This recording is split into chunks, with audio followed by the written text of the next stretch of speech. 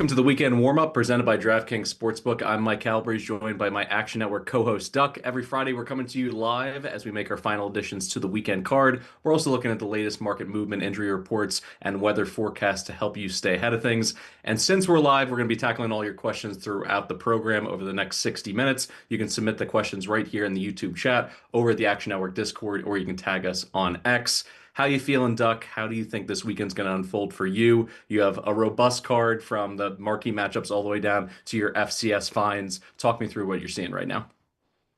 Yeah, I think it's going to be a real fun slate. We're going to see some really interesting matchups. ABC did a really nice job stacking three premier games together, which makes it real convenient not to have to change the channel. We're starting to see some steam. There's a little bit of weather that's coming in through the Midwest that could impact some games, specifically in the MAC. So yeah, it's going to be a real fun slate and really wall-to-wall action all the way through the evening slate. So it's going to be a really fun college football card tomorrow, and we got a great slate tonight. Friday Night Lights is going to give us four nice matchups. So it's going to be a fun weekend, and excited to get it started a little early here on Friday night. Before we talk Friday Night Lights and your Steam reports, I basically saw on Twitter people were comparing the top 10 in the AP poll and all the potential chaos that could unfold in the coming weeks to the 2007 season. And I have to just say, I mean, Indiana being number three, it is taking a bit of a reaction to get used to that. It's certainly not a program that's ever really lived inside the top five. But to compare it to the 2007 season is a bridge too far for me. And I wanted to go back and basically illustrate this for the audience. I put it on Twitter. If you look at the midseason BCS standings from back in the day, it was Ohio State, South Florida, BC. You had South Carolina and Kentucky in there. You had Arizona State. You had Oregon just as they were starting to ascend as a national brand. And when you look at where they were ranked in the end of the 2006 season, I went back and the useful data of Bill Connelly's SP plus numbers, how far those teams had come. If you just took the exact carbon copy of the preseason rankings in SP from the 2006 season to what we just experienced in 2004, here's what the AP top 10 would look like if it was as crazy as the 2007 season. Alabama would be number one in the country.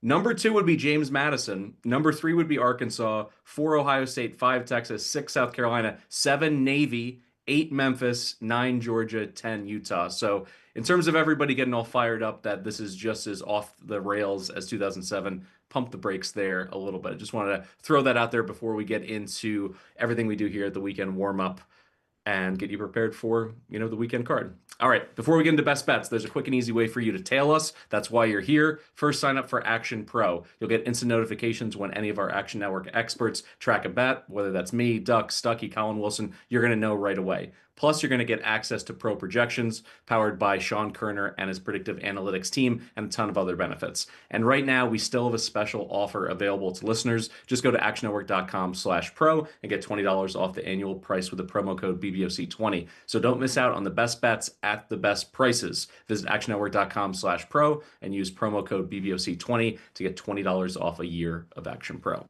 All right, on to the Steam report. Duck, you're taking over. Take the wheel here. Tell us about Clemson and SMU. Well, I mean, that's the big developing story. Is Klubnik, is he going to play? Is he not going to play? How's the backup going to perform? Is SMU going to show up here? So that's really the major question. We saw him go out with injury in the third quarter against Boston College, and the offense just looked a little bit not well oiled, a little bit jerky there against Boston College there in the second half. So I think it's obviously critical to know if he's going to play or not play. And at this point in the season, there are so many teams that are banged up. You look at a team and you can analyze their metrics, but you've got to know the personnel. Minnesota's another great example tonight. They have so many players in the back seven that are banged up defensively, and the defense has not performed well against Big Ten competition this year. So just as important as anything else, situationally or scheduling, we've got to know the personnel that's fully healthy. And with Clemson, it's no different because there's a major drop off between Klubnik and backup quarterback. So that's one you really want to know. Is he playing or not? But the line would indicate that he's not, as this is down to 6.5 in many places. Duck, real quick before we jump into your thoughts and the Steam report on the Friday night game between the Hurricanes and the Cardinals. Questions already popped here. Seen a lot of love for UTSA. Are we worried that we're going to get a maximum effort from North Texas after getting embarrassed on national television last week? I have thoughts on this, but I want to kick it to you first, Duck. Well, I think we'll get a max effort because now you're trying to rebound and save your conference season. They're definitely not out of the conference race, but that loss can also have such a scarring effect, getting embarrassed in the second half as they did. The real trouble with North Texas was when they got doubled up and South Florida scored last in the second quarter, and then they got the ball, scored, took the lead, and North Texas just couldn't recover. And now we wonder if it was a mirage with UTSA. I mean, they blasted Rice. They played very angrily. Defense flew to the football for really the first time this season. The offense was crisp. They were forcing turnovers, really getting back to that Jeff Traylor triangle of toughness that he has preached for years in San Antonio. Does that carry over into this week? Is this a springboard now for UTSA to kind of get their season back on track? And I'm not going to come out and say that I think that team is going to vault into contention to win the league. But in that locker room, they have to believe that that's something they're going to be able to do with who they have left on tap, and they can really make some noise if they go on a winning streak here. So I think we get a max effort from both. I think it'll be back and forth. We should see a fantastic game in the American Conference. Wouldn't be surprised at all if UTSA goes on the road and wins that one on the field. Yeah, I'm on the Roadrunners money line. We talked about this on Tuesday on the Group of Five deep dive. The biggest thing is UTSA has all the pieces on offense, but their offensive line has gelled very slowly this year. And McCown was just under fire for the first month of the season. But Burke, their OC, has done a great job. He's reduced his ADOT by 15% year over year. A lot in the quick game, screen passes, bubble screens, everything to get the ball out of his hand so he's not taking those negative plays and getting behind the sticks. And when they are going deep, it's almost always off of play action now, using Robert Henry to set up the play action game. And North Texas, this is a team that we've liked a lot this year, so we've watched a lot of UNC football. One of their big bugaboos is they can't get to the quarterback, 91st in pass rush per PFF, only 13 sacks in the entire season. So I think this is just a good matchup. I understand that this would be a bounce back spot for the Mean Green, but I just don't think it's a good spot for them defensively after getting blasted by South Florida. Really, preseason, I considered only a few teams in the American to be truly elite or have an elite ceiling, and UTSA is another one right there next to the USF Bulls. So I'm going to stick with my play on UTSA. I'm not walking away from that one. All right, back to your Steam report. Let's talk Miami against Louisville. Yeah, and I mean the public right now, the sentiment with the Friday morning betting is people are loving Louisville, and I think there's a chance that Louisville's defensive front can cause some problems for Miami and provide a little bit of resistance there. But I still think the path for Louisville to try to have success is to keep this game low scoring. They're not going to be able to have the horses to match Miami kind of score for score. Miami's offense has been very efficient this season, but we haven't seen a tremendous amount of the explosive plays, the quick strike ability. I still wonder about Louisville, though, and I wonder about their ability to run the football. They have struggled at times to run the ball this season, 3.8 yards per carry on the ground, and that number's even been diminished in league play. And Miami's front is going to come after Miller Moss in this game. I worry about Louisville being able to protect the quarterback when you look at what Miami has. I mean, that defensive front seven with the edge rushers and the linebacker play is just so legitimate for the Hurricanes this season. And all you have to do is look at some of the havoc numbers that they've been able to create pressure on opposing quarterbacks. They get pressure in the backfield, even if it doesn't result in sacks. They're altering throws, they're altering the timing.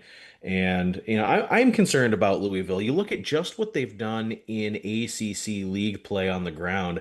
They averaged 1.6 yards per carry on the ground against Pittsburgh, 2 yards per carry against Virginia, ran for 54 yards total in both games. So, how are they going to sustain drives and stack successful run plays together against Miami's defense, which is only allowing, I mean, it's not a lot of yards. It's 2.82 yards per carry on the ground this year, and you're just not going to run on this Miami defense. So Miller Moss in third and medium or worse, I think is real trouble. I just don't see Louisville having an abundance of scoring chances. So really their opportunity is to hold Miami to field goals in the red zone and kind of just hope that maybe this is a spot where Mario flubs it up. He's good for it once a season, and this could be the night on a Friday night where everyone expects them to win big. I would imagine the crowd is not super jolted. There's probably a lot of better things to do in Miami on a Friday night for most people. I'd go to the game, but yeah, I'm not really too sure why. Otherwise, I haven't seen a lot of injury stuff come up lately, so I don't know if I agree with all this Louisville steam.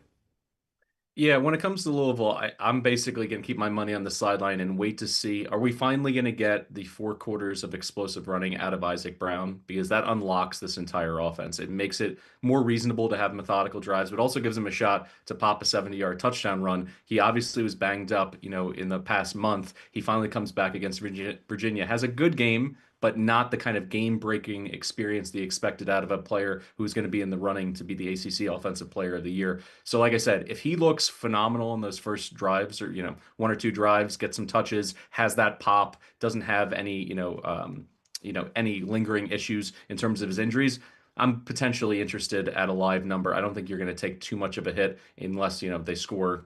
On the first 2 plays of the game, and all of a sudden it flips the live spread that significantly. But that's how I'm at least approaching it. A couple questions coming in, sticking in the ACC, a cross country trip, really at the worst time possible for North Carolina. There's so much turmoil within the program. Does Belichick even still want to be there? They've not had so much continuity with their quarterback play, with their offense. They've just not been on schedule.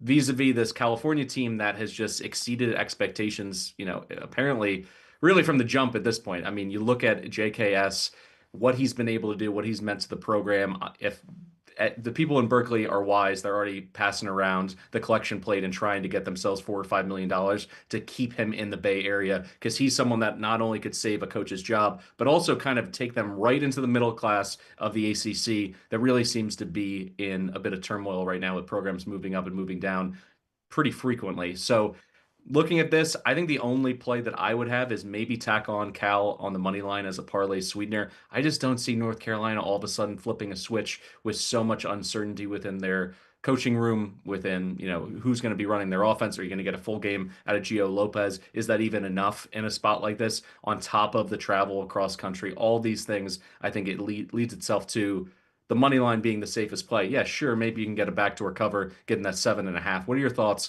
on the Golden Bears and Tar Heels here? Is there any reason to be a contrarian and go with Belichick catching the points? I mean, I really don't know.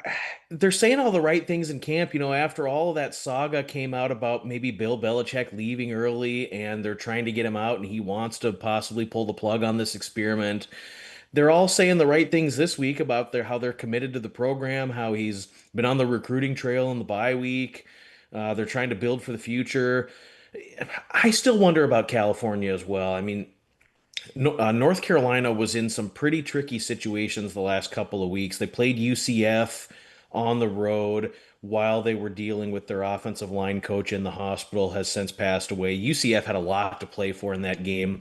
And then Clemson had been embarrassed so many times this season, and they were in a situation where they had no choice but to put their max effort together to really pound North Carolina a couple of weeks back.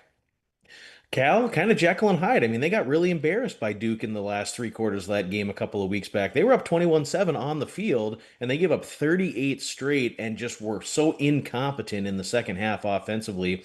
They did go on the road and beat Boston College. We've seen what BC has become. I don't know here. I'm not really running to the window dying to lay it with California here. This is going to be a real interesting matchup to watch for me to see how North Carolina shows up out of the bye week. I've been worried about North Carolina defensively for some time though because we heard it with North Carolina about coaching the players right and trying to develop the defense, but they take poor angles. They can't tackle very well. They don't defend very well. So what are they doing with these players all week? I'll be real interested to see if this team looks any better defensively coming out of the bye week, but this is not a game I want to bet on. One of the games that you could not have pegged, let's say 3 years ago, you say that Vanderbilt is going to be a favorite against LSU. Could this potentially bubble up to three? If so, is this kind of a game where Vanderbilt finally kind of punches through and is able to paper over some of their issues on the back side of their defense? Their secondary is clearly vulnerable. I think that's the reason why it hasn't got to three. But we've seen this all season long. When is the real Nussmeier going to show up? Or is this him behind this leaky offensive line that he's not going to be able to pick apart and take advantage of this Commodore secondary? Question one, do you think this gets to three, or is it going to settle in that 1.5, 2 range? And if so, do you have a play between the Commodores and the Bayou Bengals? Well, I mean, I would be stunned truly if it got to +3, and at that price point, you'd probably have to take Louisiana State. But, I just I think people are still waiting for this LSU offense to just kind of turn it on, and we'll start to see the fireworks. But the fact remains that they are 118th nationally in finishing drives. They're 91st in offensive success rate. They're 131st nationally in allowing havoc plays against them. And Vanderbilt's defensive front is coming after Nussmeier. 18 sacks, 45 tackles for loss. I've said this before, but you look at LSU's offensive output, their top output against an FBS foe this season is 23 points against Louisiana Tech. This offense is systematically broken, and I just don't think you can assume that the quick fix is coming. There's been some talk about Nussmeier being hurt, playing through injury. This is just a tricky, tricky spot, I think, for LSU. I think Vanderbilt's favored for a reason. I laid the points with Vandy. I think they're going to win this game on the field. You look at what they want to do with Pavia and getting that power run game going. They're going to run the running backs. They're going to get Pavia going with the QB counter and some of that lead block power scheme that they want to run with it. I don't know that this is going to match up well for LSU. I think it's going to be a low possession game, a low scoring affair. The total's low for a reason. I think Vanderbilt is a legitimate team. Everything that they have done, including their loss against Alabama, has just validated how far this program has come. And yeah, I think the Doors get the job done at home. I'm going to touch on it in our weather report, but I'll just go ahead and spill the beans here. In Nashville, it's going to probably top out at 13 miles per hour in terms of the wind, which is annoying for the downfield passing game. It doesn't completely take it off the table, but Vanderbilt's happy to just, grind and get those 10, 12 play drives together. It's also going to feel in the high 80s on the field in terms of, the field temp. So the run game wearing down an LSU defense, I think they can be demoralized in that regard with some of these methodical drives. All right, one other question that just came in. San Jose State, one of the worst melts that I took in the entire season thus far. Are they bouncing back? I don't know. I won't be on them. They're in podcast prison for me. Ken Niumatalolo, I just could not believe the way that they ended that game. The coaching, the mistakes that they made against a Wyoming team that they were just not, if they were faced with back-to-back drives where they had to go 75 yards for a touchdown, they weren't going to be able to pull it off, but they just handed it to them on a silver platter. So that was very frustrating. In terms of your Steam report, though, we still have a few more to hit here. Tulane, talk me through this number that's now bubbled up to 10. Does that change your opinion on it? I'm fine laying it. I laid 9.5. I'll still lay 10. I think this Army offense is just, miles away from where they were last year. And unlike last year, where they had just a little bit of effectiveness through the air, I think this is one of the worst passing teams in the entire country. So, from a game script, game flow perspective, if they are down by double digits, I think it's going to be very difficult for them to find any success through the air. So, whether it's 9.5, 10, I'd play it up really to 12.5, 13. I think that's fine as well. Obviously, you want to grab the best number, but what are your thoughts on this market movement, Duck? Well, I think it's just people recognizing the spot and the fact that Army has such a diminished offensive punch compared to what they had last season. This is not the same Army offense. Their defense really struggles as well in pass coverage. And this is just such a spot. If you don't think, and I think Tulane's social media put some of this stuff out there too, but John Summerall and the revenge spot and how they were embarrassed last year in the AAC championship game played at Army. They didn't play very well, but they got completely whipped by Army. And this is a chance for revenge for Tulane. And I think Tulane is. Defensively, they're playing some pretty good football. They didn't do very well against Ole Miss, but in league play, they've put together some pretty solid performances against Tulsa and East Carolina. And I put Army down there with teams like that. I still think this Army team is going to struggle to make a bowl game. When they travel to the South, they have put up some significant bad performances of late. And I just don't think that this team, despite the fact that they were able to control the games against UAB and Charlotte, who are very, very down teams this season, I don't think Army's going to be able to dictate the physicality at the line of scrimmage. And so I think we'll see two lanes start to chip away and or pull away. And you put Army in passing downs, even if they're going to stick with Helms, who played the majority of the way last week.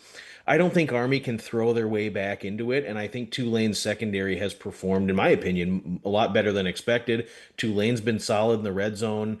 Uh, I mean, yeah, this is a situation where the steam is right, in my opinion. I would absolutely lay it with Tulane. I think they're going to win this game convincingly. I'm going to mix and match here with my next question a little bit, dipping into the injury update that I'm going to give at the back half of the show. Sam Schuyler of the Mississippi Clarion Ledger reports that Fluff Bothwell is doubtful to go against the Gators with a leg injury. That's not a big surprise, but it seems like he's trending to being out, not even having an opportunity to play in that game. Do you consider this a likelihood that it's going to click up to 10? And if so, I know that Mississippi State's wearing the all white. They're saying they're bringing ice to the swamp, all that stuff. I think this is a bad spot for them. Certainly, this kid, they paid for him in the transfer portal market. He just has not been able to stay healthy. He's not been the player he was last year for South Alabama, and they could use any pop they could get offensively against a Florida team that every time Billy Napier seems to be up against it, he just starts reeling off some wins. Are you okay laying 10 if that's where this thing lands? I mean, it's not my favorite play by any means, and I think Florida, I mean, the talk all week has been that Billy Napier could be axed by Sunday, and I think there's people within the program that have power that want him out of there. So I don't know if they win a game big and kind of start to build upon that before they meet Georgia in the world's largest cocktail party. I don't know. Do you fire him before that game? Do you wait until after they maybe get destroyed by Georgia to let him go then? Do you let him go at all? I don't know what the answer is, but Fluff is a big loss. He's been productive this season, not necessarily as eye-popping as he was at South Alabama, but I mean, he's got 465 rushing yards and 5.5 yards per carry on the ground. Big loss for Mississippi State. We saw Mississippi State on the road last week against Texas A&M, and it just did not look like the operation that you would expect. I think they could be in some trouble here. I would lean under the total. Florida games have trended under. Their defense has played very well and kept them in games the majority of the way. Florida's defense has overperformed at home this season. So I think that they'll certainly be able to control and limit some of the things that Mississippi State wants to do. I definitely don't think Mississippi State's going to roll in there and just throw the ball around with Blake Shapen and score a bunch of points there. But, you know, it's something to be said too about Florida getting some of their offensive personnel back. They looked a little bit more sharp against Texas. I mean, last week was such a tough spot off the massive win against Texas.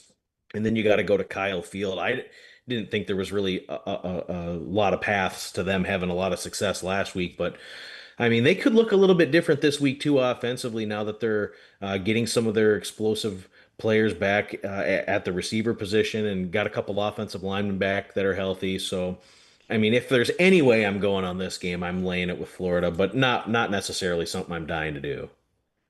Question this came in. Favored over under of the week. They did specify FBS only. Sorry to put you in a box there, Duck. You can go first. I think you already know mine. I'll talk about Marshall, Texas State in a moment. Yeah, I mean, we talked about this on the pod, but I just don't see a lot of game script that would necessitate an under between UNLV and Boise State. I don't think Boise State is going to have a lot of trouble with this UNLV defense that has just struggled at so many points this season and gave up 603 yards against Air Force. I think Boise State will be able to get the ground game humming and they'll gash UNLV on the ground and then they'll run play action off of it with Matt Maddox Madsen. They'll get some of those big receivers out in space. They'll get the tight ends involved.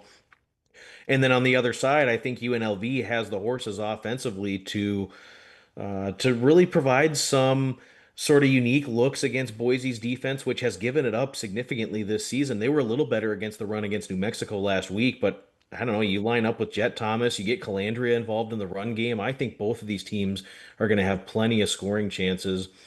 I don't see a lot of indicators which would have really caused the total to drop, but it's ticking down a little bit. But I like Boise State and UNLV to go over the posted total 61.5, 62.5. I think we're a go on the over. Yeah, I actually like two, one over, one under this week. Texas State Marshall over. It's bubbled up to 65. Still like it there. Everything has changed since Del Rio Wilson has been inserted in as the starting quarterback, and his starts against FBS teams, 13 TDs, zero turnovers, over 300 total yards per game, when you put together what he does with his legs and his arm. And the games in which he started, the total points scored have come out to 82. So to me, this looks like two teams that have the potential to hit 40 points on their own. Texas State has a phenomenal big three in Brad Jackson, Bo Sparks, and Lincoln Perry. I think they're going to be able to take advantage of a Marshall defense that has issues all over the field. And then Texas State's defense, It's just horrific. I mean, it's the reason why GJ Kinney is stuck in San Marcos. If he had any defense, even like just sneaking into the top 100 or doing one thing better than, Sun Belt average, I think that they would have overachieved last year. He probably got another job. They just keep dropping games and letting teams come back on them because they cannot stop really anything. They can't tackle in the open field. And that's the issue here for any number above 60. You want to have those electric, explosive plays, and usually requires a missed tackle or two. And the Bobs are happy to give that out. On the other side, in an under that I like, you talked about it on the pod when it came into the weather report between Central Michigan and Ball State. I got even more bullish on this. So I think we're in a position now that this is probably my favorite under maybe of the month in the MAC, because when you also factor in the weather, we're looking at Muncie, Indiana. Wind is going to be problematic because it's going to be holding in that 14 to 15 mile per hour threshold.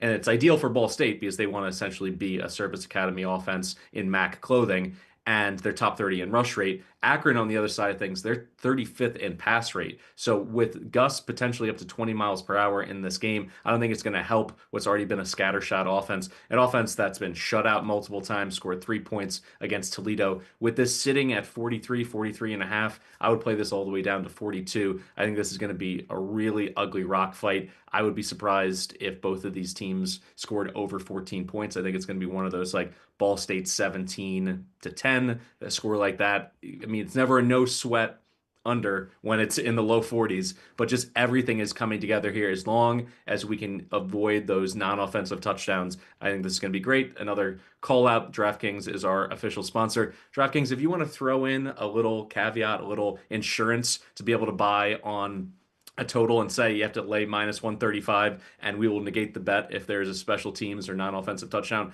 I would be laying it in a game like this, but I'd be happy for you to take my money or to put a little extra there on the juice. Like, I mean, really up to minus 140. The amount of games I've lost on totals because of something fluky, a block punt or a special team score on the kickoff return, something like that. That's the only way that I see this game going over the number of 43.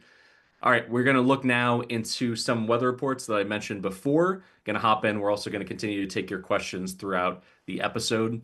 CMU against Bowling Green in Ohio, sustained winds 15 to 16 miles per hour, but the gusts up to 30 miles per hour. So if you have a play between the Chips and the Falcons, just consider that it's going to be really dicey putting the ball downfield. It's going to be unseasonably warm with field temps in the mid 80s. That's not usually what you think of MAC football in October. So just something to consider there. We also have to consider the fact, from an injury perspective, Drew Pine has been in a walking boot for the last week. He was on the sideline last week. They're saying he's day to day, but we're probably going to see Lucian Anderson III.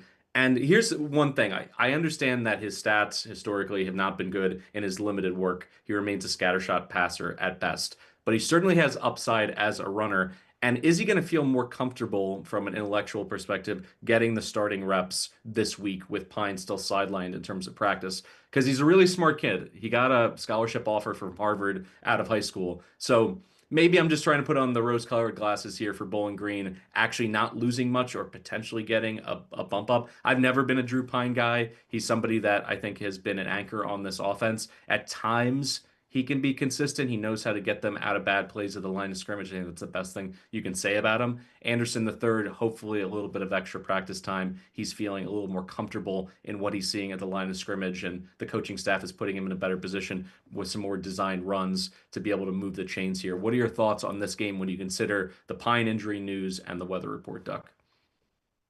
Certainly lean under. I like Central Michigan to win this game as well, but I think it's going to be absolutely low scoring, very little explosive plays. Central Michigan wants to put you in this blender and not let you out, running the ball 4 yards at a time, 2 and 3 tight end sets. And I think that some of that'll work against Bowling Green's defense. I mean, Lucian Anderson is not a good quarterback. He played so putridly last season at times when Connor Bazelak went out. And he had to play because Camden Orth, who was their backup quarterback, was also out with injury much of the way last season.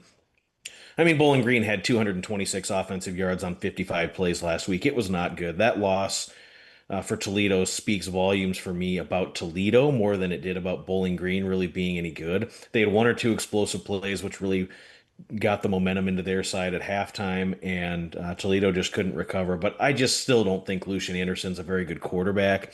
And I think Bowling Green has been fortunate to kind of overperform my preseason expectations based on the fact that they were able to catch a really descending Liberty program. Nobody thought Liberty was going to be that bad. And, really fortunate to have beaten Toledo last week. Otherwise, this team be 2-4 and kind of soul searching. But I just don't see a lot of explosiveness from Bowling Green. They have to line up and try to run the football too, and try to get it on Central Michigan through the ground game. I look at Central Michigan too, and kind of up and down team, had some really good performances and have also had some really bad performances. Shouldn't have really been a shock that they put up a stinker against Akron. The week beforehand they went out and beat Eastern Michigan. That Michigan MAC, Eastern, Western, Central Michigan, that means a lot to those programs. And then they didn't look very good against Akron, and they've had a week off now to stew off of that, and you probably feel a little bit embarrassed that they were the team that lost to Akron, and you don't want to be that team that does that. And so I think we'll see similar to what Matt Drinkall was able to get this team to do in the opener against San Jose State. When you turned on the TV and you saw them line up against Jose, it was a completely different attitude. They were fired up. They were playing with intensity along the offensive line. If I'm Drinkall, I'm trying to reset those sort of expectations with my group. I'm challenging the offensive line to be better. I'm challenging the run game to be more productive. And I think that has to be the game script with them, especially with a little bit of windy condition. They struggle to throw the ball anyway. I'm pounding the rock here 50 times, and I'm just going to bleed Bowling Green's defensive front to death. The last two we're going to talk in terms of the weather report both come from the Power Four, and you have a play on one of them. Let's get to that right away. Cincinnati at Oklahoma State in Stillwater. Storm should have moved out of the area by kickoff, but the wind could really start kicking up in the second half of this game. So my recommendation would be if there's some scoring in the first half, hammer this second half under, because when you're looking at it, you're going to have sustained winds at 20 miles per hour, gusts up to 28 miles per hour. That's going to ground both passing attacks in the second half. We already know that Oklahoma State with Sam Jackson is just going to essentially turn it into a running offense. So you don't have to worry about him sparking any big plays, even in perfect weather conditions. So I think at the final 30 minutes of this game, it's going to be a running clock situation. I think Cincinnati's going to have the lead. They just want to get out of there with the W. It's not going to be any style points or looking to put anything else on film that's exotic. So I think it's just going to be a ton of running and a running clock. You seem to agree because you liked under on the game total that's sitting at 58.5. I do. Our friends over at DraftKings have the best line available at 58.5, so that's where I played this one. There's been some movement up in the total. Total opened at 53.5 or 54 and has been bet up this week, but I don't agree with the move. Now we have confirmation that Oklahoma State quarterback Zane Flores is not going to play, so it's going to be SJ5, and he struggles so badly as a passer. They're not going to be able to exploit the weakness of the Cincinnati defense, which is their pass coverage unit. The wind is also not going to help that. They're going to be run heavy. I also saw on the depth chart for this week that Oklahoma State has 2 or 3 receivers that are banged up, which will just further necessitate them running the football.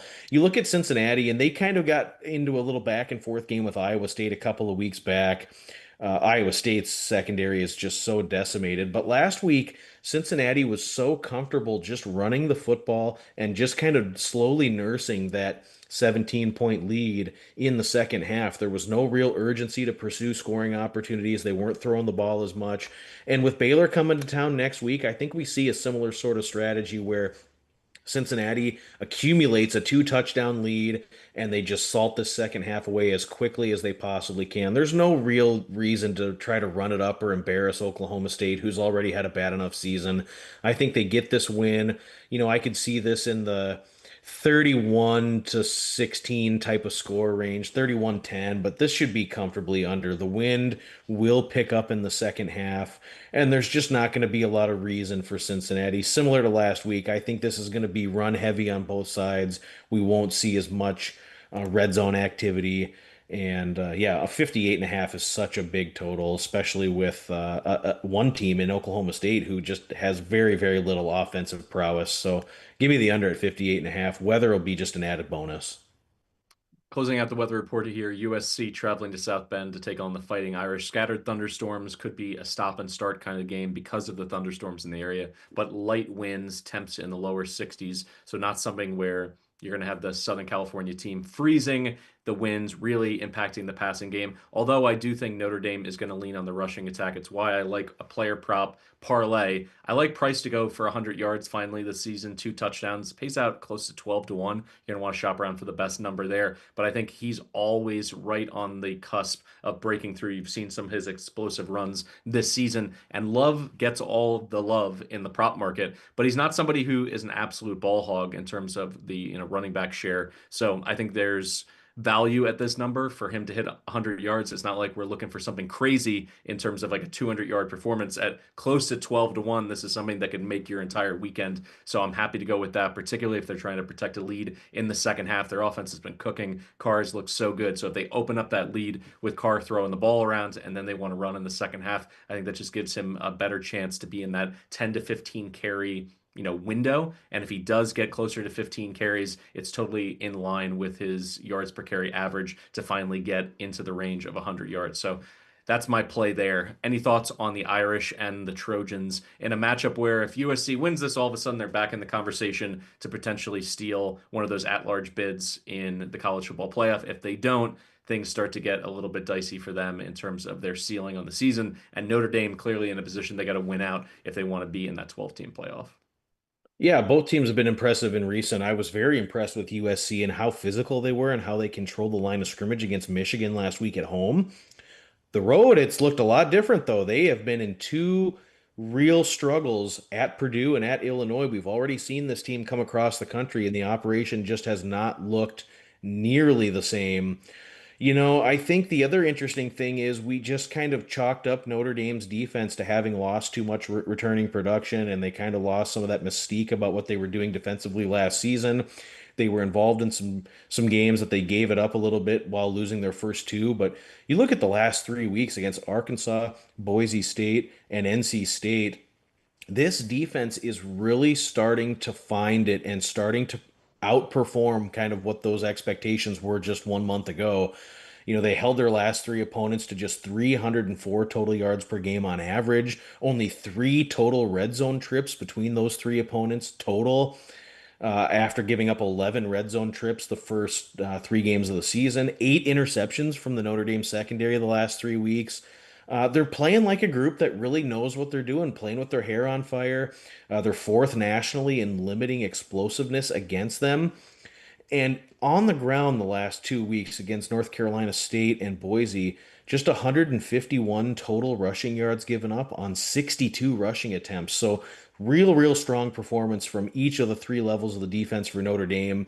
The weather could really impact this one. I mean, we've seen USC just look so different on the road this season. Notre Dame's defense is ascending and they're really starting to play more cohesively together. I would look at a first half under here, 30 and a half, 31. I think that's the position I would go here. Take some of that second half flukiness out of it and just isolate the first half. Look at a first half under. If they could just trade Al Golden from the Cincinnati Bengals, get him back for Chris Ash, I believe that the under would absolutely be the side. My concern is they've been toasted in the slot this year, and you got Makai Lemon coming in, who's arguably playing his way up to the number one receiver in this upcoming NFL draft class. What are they going to be able to do schematically? Because the corners that they put in the slot have just not lived up to the hype at all. And it's actually been a revolving door. They played multiple players. Stuck did a deep dive on this game with Colin in their Thursday episode, and that was something that he highlighted as well. It's just a concern in terms of the explosive plays coming for Lemon. But overall, I do think Notre Dame has gotten better. They've gotten healthier on the defensive side of the ball. So my issues with them and how hard I was on Ash earlier in the year, it helped me cash against the Hurricanes in the opener. But I think slowly but surely he's getting his sea legs a little bit. We'll see if he does anything exotic to try to make it difficult to get Lemon the ball 10 to 15 touches in this game, because I think that's definitely on the play sheet for the Trojans and kind of their path to victory. All right, before we jump into all of the injury updates, some questions flowing in here. Let's get to a few of them. Thoughts on Duke Georgia Tech? This is a Blue Devil or nothing play for me. I think I'm going to wait right up until kickoff, get all the latest information. But in terms of Georgia Tech, overperforming and getting a little bit lucky this year. I mean, that Clemson win has not aged all that well. They've had other narrow escapes this season. What are your thoughts on the Jackets against the Blue Devils? I mean, Georgia Tech has really overperformed expectation this season. It's not really a team I'm dying to bet against here. Duke has really turned it on offensively after some struggles earlier in the season. Kind of wait and see for me. I might look live if I can get uh, either one of these teams at over a touchdown live if one of the others goes up 10-0 or something like that. But I'm really not dying to try to get to the window pregame on this one here. Should be really a fun game. We should learn a lot about Georgia Tech and what they're going to have the rest of the way because, I mean, it doesn't look like there's a lot of spots for Georgia Tech where they're going to get tripped up the rest of the way this season. And I think if you look at it, if they were to win this game the rest of the way, Syracuse, North Carolina State, Boston College, Pittsburgh, I mean, they could be significant favorites in the rest of those. Now you're 11 and 0 possibly going to Georgia. Um, I mean, this team is possibly a playoff team for Georgia Tech. So this is critically important. I'm not in the business of betting against Brent Key and Haynes King in situations like this. But we've seen them also throw up some stinkers in recent games. Last season, they had a tricky spot where they had to play Syracuse, didn't look very good. So, GT on the road, maybe a little bit of a different story here, but kind of wait and see for me. It's a long injury update from Texas Tech, Arizona State. I'll run through this quickly. Morton is going to be a game time decision with his calf injury, but he's played through injuries seemingly his entire career. I would be surprised if he didn't give it a go. They have a good backup quarterback situation behind him. So if it is, a revolving door musical chairs between the two of them, I don't think that necessarily means that Tech is drawing dead in this game. Sam Levitt, by the way, has been logging full practices, hasn't had anything visually on that injured foot. So I think he's trending to play in this one. But then the Texas Tech defensive, injuries are starting to mount. You got Skylar Gill Howard on the defensive line. Terrian Grant remains out at cornerback. Chapman Lewis is doubtful in their secondary at safety. But the Arizona State offensive line, this is, I think, the biggest injury, note in this game. They are really banged up, and they're going to miss Ben Coleman, who was their anchor. And if that means that Sam Levitt is going to be running for his life again, I don't think that necessarily lends itself to good offensive football or at least consistent offensive football. This Arizona State offense, I know that they have these shiny toys in Levitt. They got Tyson who can make highlight real plays. But in terms of them playing 4 quarters of competent offense against this Texas Tech defensive line, even a depleted line, I think they're going to be able to get in his face and make him have to make plays off platform, off schedule. He's going to make some of them, but I think it's going to result in some empty drives, some empty possessions, and some turnovers. What are your thoughts on the Red Raiders, who it seems like it's smooth sailing schedule wise if they're able to get by Sparky in this spot? Yeah, definitely appears that way. You look at the rest of the way, and I don't see Texas Tech having really much trouble in any other spot. Arizona State, though, there's something about their home field advantage is legitimate, and they do play a lot better at home, and they have the last couple of seasons. I don't know. I mean, the injury report in this one is just so critical. Who's available? Who's not available? If it's Jeff Sims, I'm not really interested. If Sam Levitt's a go and they can possibly do a couple of things to try to move the ball through the air with those excellent receivers they have on the outside, I could see them maybe hanging in there for a little while. But yeah, the movement on this one's been pretty intriguing as well. I don't think there's as big of a drop off for Texas Tech if Morton's not able to go, with their backup as opposed to Sam Levitt dropping to Jeff Sims. I think the drop off is much more significant for Arizona State. So maybe one we wait for the injury report and you just try to be the first to get to the window and hit the submit button if there's going to be any line movement tomorrow afternoon. But that's one where I really want to know which personnel is going to be a full go in this one. Some quick updates from the state of Michigan. Aiden Childs, according to CBS's Matt Zenitz, said he's going to play. So moving on from there, I'm not interested in anything Spartans related. Looking at Michigan, though, Justice Haynes, this one's huge. He's trending towards a game time decision, but listening to his OC and head coach this week, it sounds more like wishful thinking. And obviously, their season and their chances of the playoff are hanging in the balance against Washington. You can't drop that one. And offensively, if he doesn't play, everything is on the shoulders of Underwood in that game. So, I mean, honestly, my play on it is if Haynes is ruled out pregame, I may look for an over on rushing total for Underwood. I think they're going to have to find some way to move the football outside of just the passing game so you could see him use his legs a little bit more than usual. That's the only consideration I have in that spot. Clemson, Klubnik remains questionable, according to the latest injury report, as he deals with that sprained ankle. The Tigers are 93rd in pass blocking per PFF this season. So even if he is a go with that banged up ankle, his mobility is critical and questionable in this spot. So I think it's difficult to have any confidence in the Clemson offense one way or another. Wisconsin, Billy Edwards, no definitive timeline has been shared on Edwards. I mean, realistically, when you look at Fickle, is he, a dead coach walking at this point? And they already said it earlier in the year. They kind of rushed him back. They didn't like the way that, he responded in terms of the stability in his leg. So I think it would be pretty shocking if all of a sudden he's named the starter against Ohio State in the hours leading up. And then finally, Alabama's Jam Miller upgraded to probable coming off of the concussion. A lot of funny memes out there where it's like, injury lawyers across the country are getting him on speed dial if he has some kind of CTE issue. I saw some Antonio Brown memes as well. I'm hoping that the kid is 100% good to go because the Alabama offense, in terms of their running back stable, he's the only game changer. Everybody else is just basically, a bag of leaves sitting in the backfield next to Ty Simpson. They're not somebody who's going to break tackles and be a huge game changer in the passing game. So at best, they're just in there to chip edge rushers. But Jam Miller is somebody who can be a huge difference maker if he's 100% here. Let's talk about that for a second. The Alabama-Tennessee game, third weekend in October. The cigars, everything about this rivalry, it has felt in the last 3 to 4 years like the juice is back into it. This clearly is a huge game for both of these programs. What are your thoughts on Alabama's offense with Jam back in the starting lineup? I think it's critical that he's there to take a little pressure off Ty Simpson. I think if Ty Simpson's last name was Manning, this Heisman update would be like pretty well locked in here with how Ty Simpson has been throwing the football this season. But this is a real fascinating matchup. I will give Joey Aguilar a little bit of credit. He's overperformed my expectations coming into the SEC this season. I thought that he would really struggle against some of the pressures that he would see. But they've played really good football, and you could make an argument they should have beat Georgia a couple of weeks back. And they get their first conference road game out of the way against Mississippi State. So there's a chance that, you can't replicate this environment in Tuscaloosa, but there's a chance that, maybe he's a little bit more poised on the road in this one. And I mean, that Tennessee front is coming after you. 26 sacks and 50 tackles for loss this season. You look at how the offensive line for Tennessee has performed. I've been very, very impressed with Tennessee's offensive line. Only 17 tackles for loss against and 4 sacks surrendered while maintaining a 5.3 yard per carry average on the ground.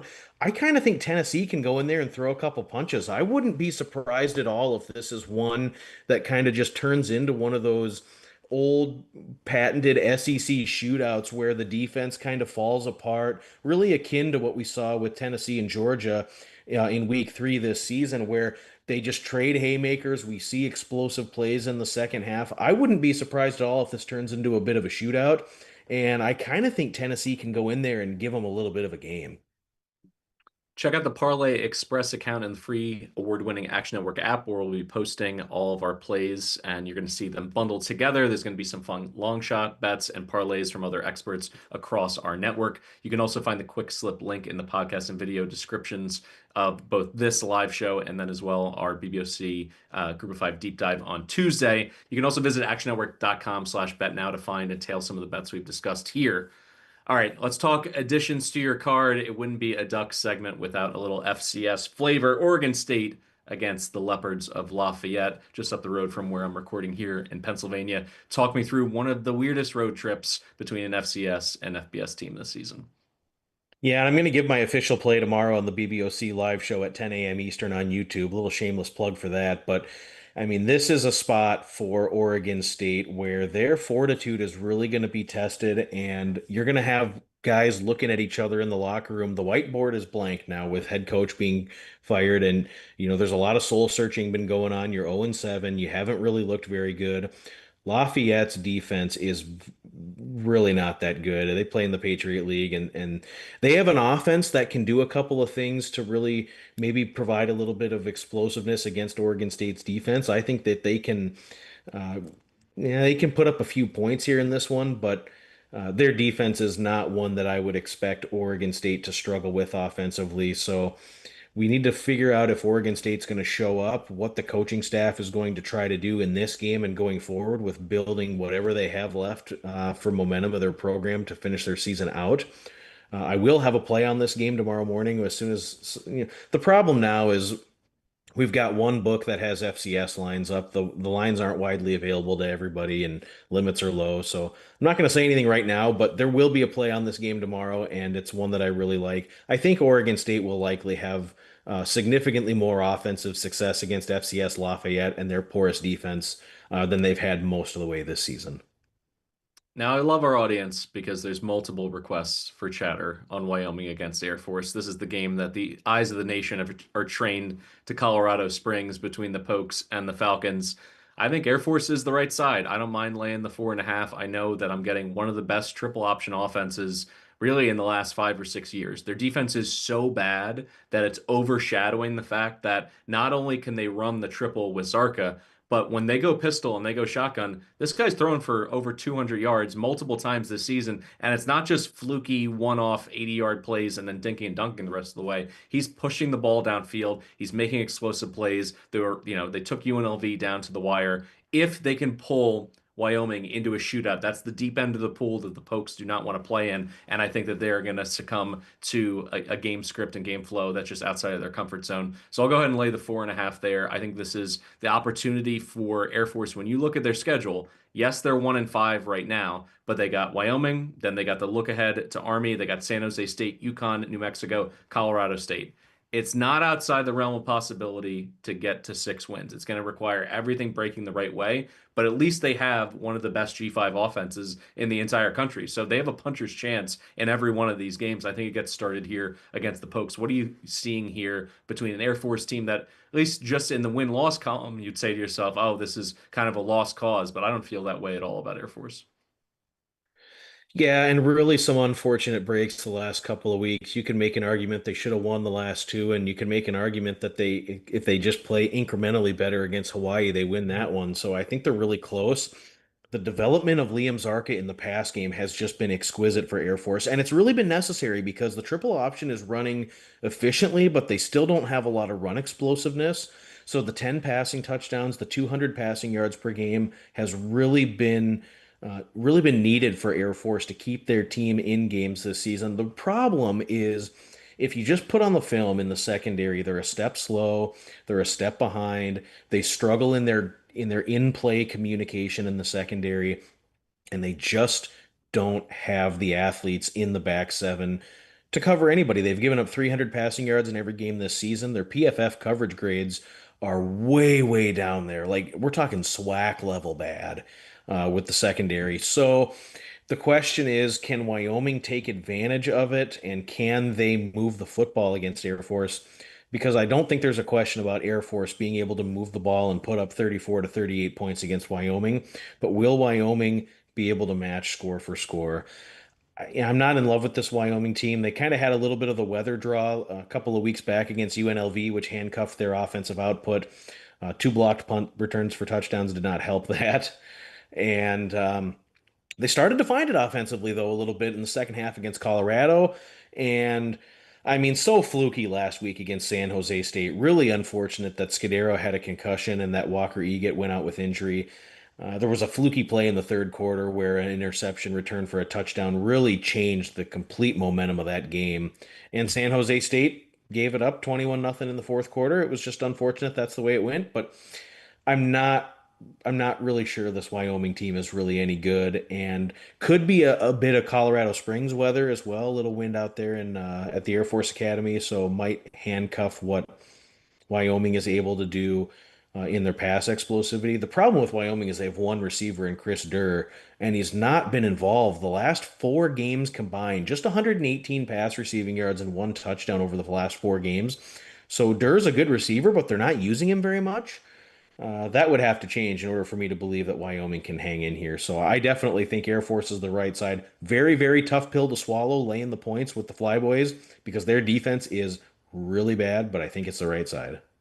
Yeah, Durr and Gillenborg have both been banged up, and they're the only options in terms of their aerial attack. So just somebody to keep an eye on. If they're absolutely fresh and actually back to 100%, maybe I consider an over as well. Go Air Force and over and team that up together. We're gonna close one out. I like this. This continually getting asked in the chat. We got to talk about UConn against Boston College. To me, the first thought, I wrote it up for action earlier in the week. Bill O'Brien is on the short list, and I know his agent is working the phones to get back to Penn State and to be the head coach on a discount. He would take basically, $5 million to be the head coach. It wouldn't require this Godfather offer like they were trying to put together for Signiti. Indiana beats them to the punch. They extend him. He basically pulls out of that race. So now it's Matt Rule, it's Manny Diaz. Bill O'Brien is right there. So where is his head at with a team that's lost 89 to 17 in the last 2 weeks of their program? They're trending in the opposite direction of where they want to go. Whereas UConn, 4-2, we know what we've seen this year from Fignano, from Skylar Bell. They've had their moments. They've also kind of played with their food a little bit against teams that they should have dominated. I'm looking at that Ball State game. So I don't have an official play on this one. I just know that there's a chance that Boston College doesn't give a rip about this game. I know it's a regional rivalry, but at this point, with the way that their season's going and the opportunity for BOB to potentially be the head coach somewhere else, I think there's a lot of reasons to stay away from BC. What are your thoughts between the Huskies and the Eagles? So there's a couple of different things that are going on with this one that make me have an opinion, a strong opinion. Boston College has had 48 players participate on defense in some capacity this season. You go up and down the two deep, and the Eagles are just decimated at all three levels defensively with injuries. They've had so many guys out, banged up, unable to be full goes. And now you've got young guys that are in there playing that are not ready, that haven't had the reps. And it's caused this defense to surrender back-to-back games of 500 yards and 40 points, and they're just left hung out to dry because the offensive production has not been there. I wonder about this game. These two teams have met 17 times. UConn's won a grand total of one time. I think this regional rivalry will mean much more to UConn than it does to BC. BC's in the midst of their ACC schedule, and they have Notre Dame on the cusp. They go to Louisville next, and then they've got Notre Dame coming to town, and then Red Bandana after that. And so I just wonder how focused Boston College is really going to be on this one. And I mean, where's their head at? You've lost 5 games in a row. The last two have been just so non-competitive. I just don't see it here for Boston College. The lack of participation from some of the contributors defensively, the injuries, they're just so banged up. And now UConn, off their best performance of the season against FIU, and off the bye, I think they're going to be able to really run the football well against this Boston College front. Cam Edwards, they're going to get him going downhill. They're going to use two tight end sets. Fagnano has been a really solid quarterback this season. 11 touchdown passes without throwing an interception this season for the Huskies. I mean, this is absolutely a money line play on Connecticut. There is no question about it. They're going to be motivated. They're going to want this game much more strongly than Boston College will. Boston College is unplayable for me. Not just the performance in the win-loss column, but it's the personnel. It's the lack of weapons that they have on the outside.